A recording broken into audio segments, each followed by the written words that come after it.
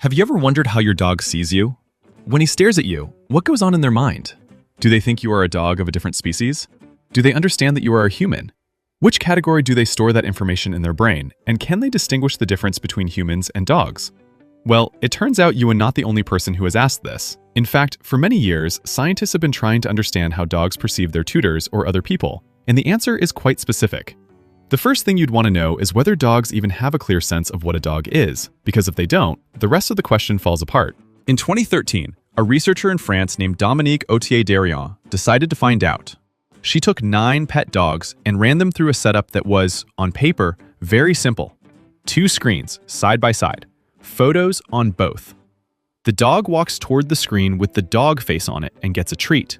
Walks toward the wrong screen, no treat. The test was very interesting because it consisted of different photos of dog breeds to understand better if a dog can figure out what a dog is and then the differences between them. Chihuahuas, Labradors, Huskies, Poodles, and Beagles. It was a whole range with very inconsistent species and then paired against humans, cats, cows, sheep, rabbits, birds, mice, everything. The dogs sorted them correctly. Every breed, every shape, every size. They grouped them all into one category and kept that category separate from everything else.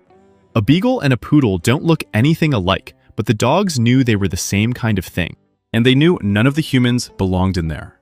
So that settles the first part. Your dog has a dog folder in its head, and you are not in it.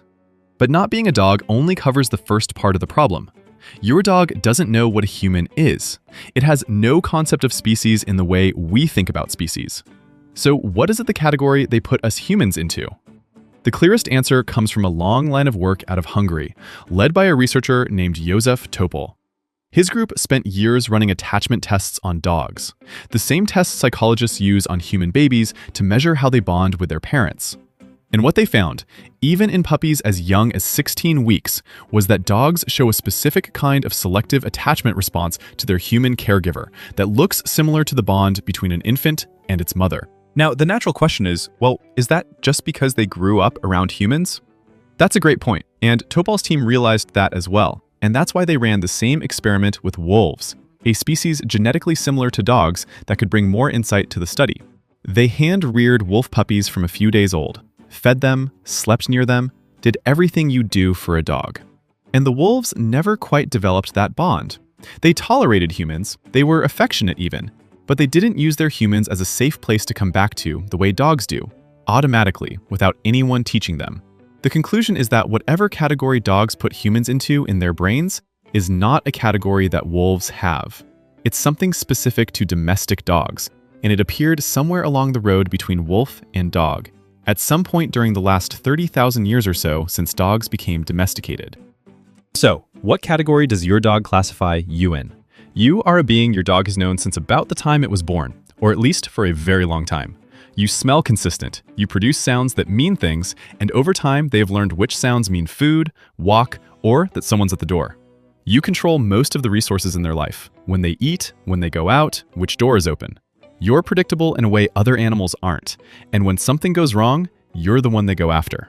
That means your picture is not another dog, nor a stranger. It's a third category, something we can't actually have a word or description for.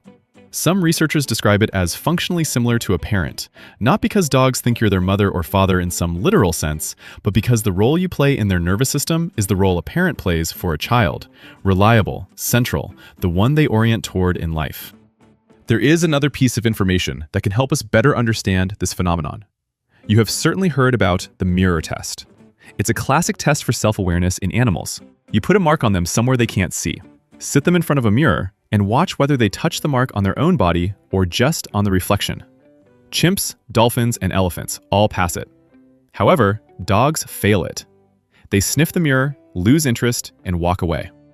For a long time, this was taken to mean dogs aren't particularly self-aware. But a researcher named Alexandra Horowitz had a different idea. She thought the test itself was the problem, and for a very simple reason. Dogs don't run their world on sight, but through smell. So she designed a version of the test using scent.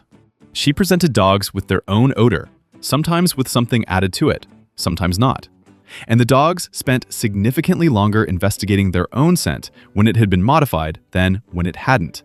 which is exactly what you'd expect from an animal that recognizes itself, except in the sense it actually uses. The reason this matters for the question we started with is this. You've been thinking about what your dog thinks you look like, but that's the wrong way of asking the question.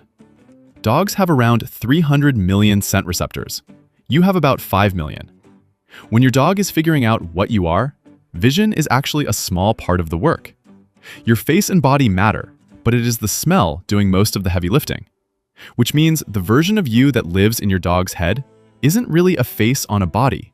It's a smell. A complicated, layered, very specific smell that happens to come attached to a face and a voice they also know. The picture you see in the mirror every morning is the least important part of you, as far as your dog is concerned. So let's rethink this whole question at its core. When your dog looks at you, it does not think you are another dog. And it also knows you are not another animal. He does not think you are a human in the sense of the word, because they don't have that concept established. What he has is a category, built from years of paying attention to you, that contains different information associated with you. The smell, the voice, the face, the behavior patterns. The being who opens the door in the morning. The one whose mood he can read before you've said anything. There isn't a word for what you are to your dog. And that might sound frustrating. But the key here is to understand that whatever it is, it's specific to you. And it's been a long time in the making. Both in the 30,000 years that built the dog from the wolf, and in the years you and your dog have spent in the same house, slowly becoming what you are to each other. If this changed how you see that constant companion, and you want to learn more about dog psychology and behavior, subscribe to Dog Lunar so you don't miss our videos. And tell us in the comments, how long have you been with your dog?